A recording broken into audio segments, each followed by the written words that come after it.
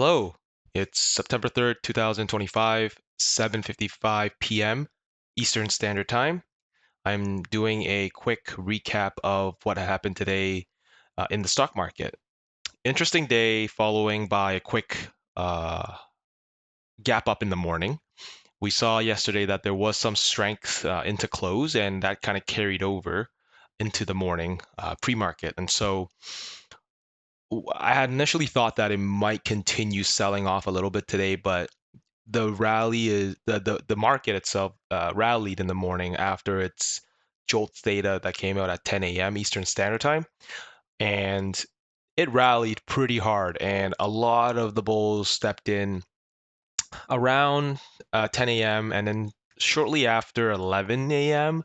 market started to sell, and I didn't see any types of other data that was going to be released that time other than the beige book at 2 p.m. But it just started tumbling down lower and lower, creating a new low. And then closer to the end of the day, we have the typical squeeze into close for the SPX contracts. And so when I look at the strong close on the index, but I see tickers like Tesla, Nvidia. Well, Nvidia did rally a bit, but you see like Coin, Meta, and Palantir. Those tickers didn't really rally with the squeeze, and even Apple. But Apple had that amazing gap up yesterday after the news released after market. So it just keeps me still on the cautious side, but at the same time, it gives me some sort of confidence that the market is still looking for that new all-time high again. So if you look at this pattern versus the earlier days of January of this year, it is a very similar pattern where you're going to have days that's going to drop about 1.5% in the market, and then you'll have rallies back up. And then that sort of builds on more people willing to buy. But at the same time, you have a lot of people starting hedging their positions because they're seeing such volatility of these 1 to 1.5% drops that those out the money put contracts will actually increase the skew index to approximately higher and higher to closer to 180.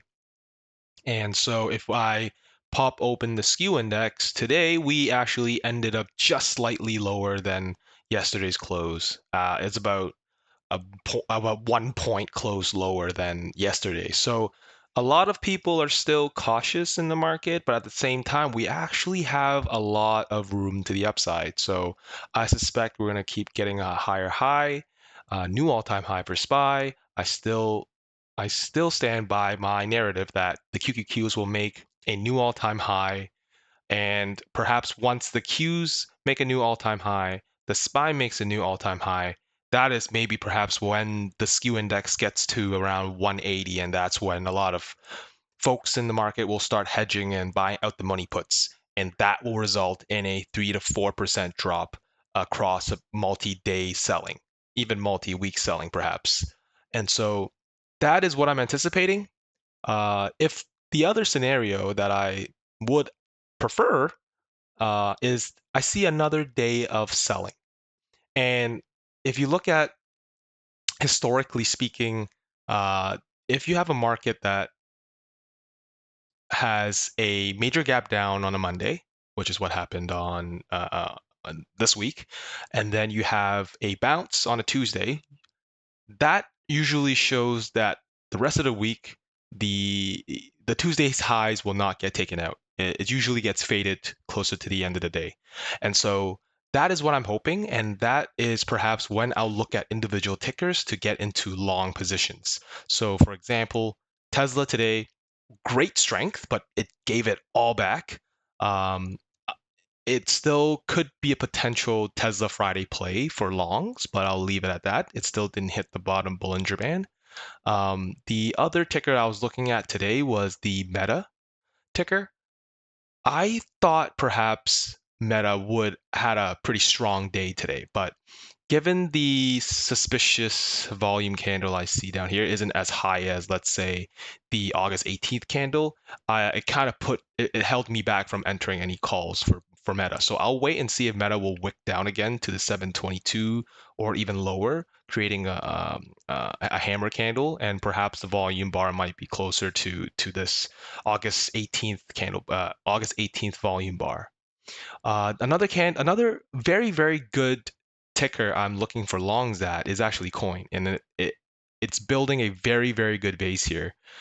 I really want Coin to wick down below the 290 level, giving me that hammer and just giving me a big volume candle here.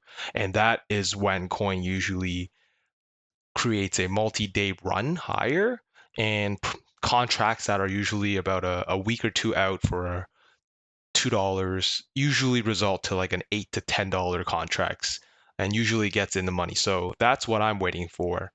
And Microsoft is really, really getting close to breaking out of this falling wedge.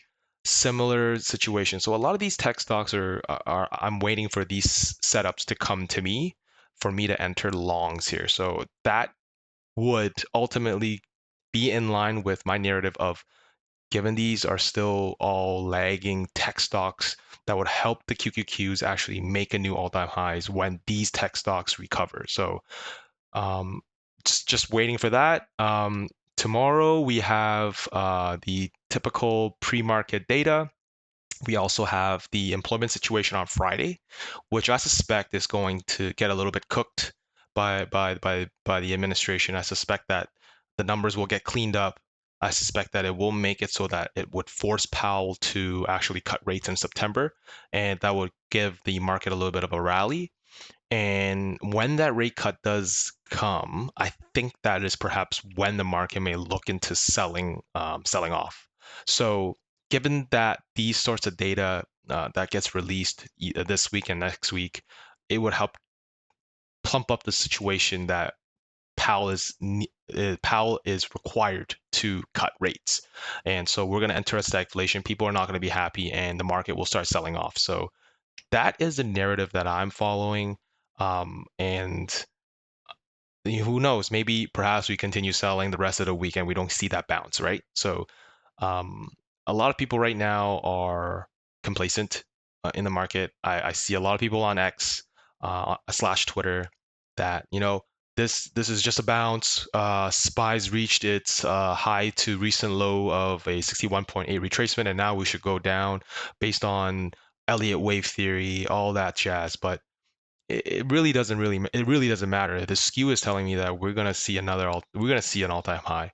We're gonna see a euphoric buying before we see any type of bear market that we enter in. So I suggest everyone to stay patient, stay on the sideline as long as you can. If you're not comfortable with these sorts of wild patterns, wild selling, wild volatility for the next couple of weeks, it's going to be very, very interesting.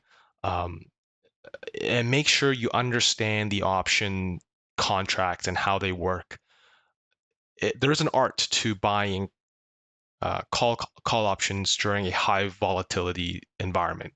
You cannot hold on to those contracts um, throughout one day if it's even 2 days to expiry.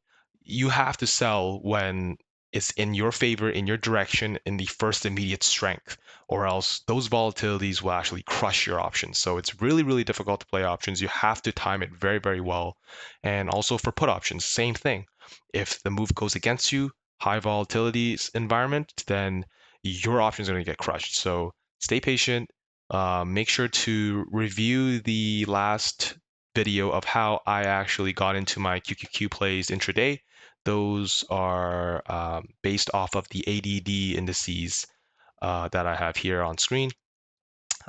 Make sure to have these areas and zones drawn out on your charts so that you know when the sell-off happens, you are ready to buy the market at this dip once it hits the 1800 level. But if it goes beyond the minus 2000 level, then that is when you know that the trend will continue the same way throughout the entire day. So I hope that makes sense for everyone.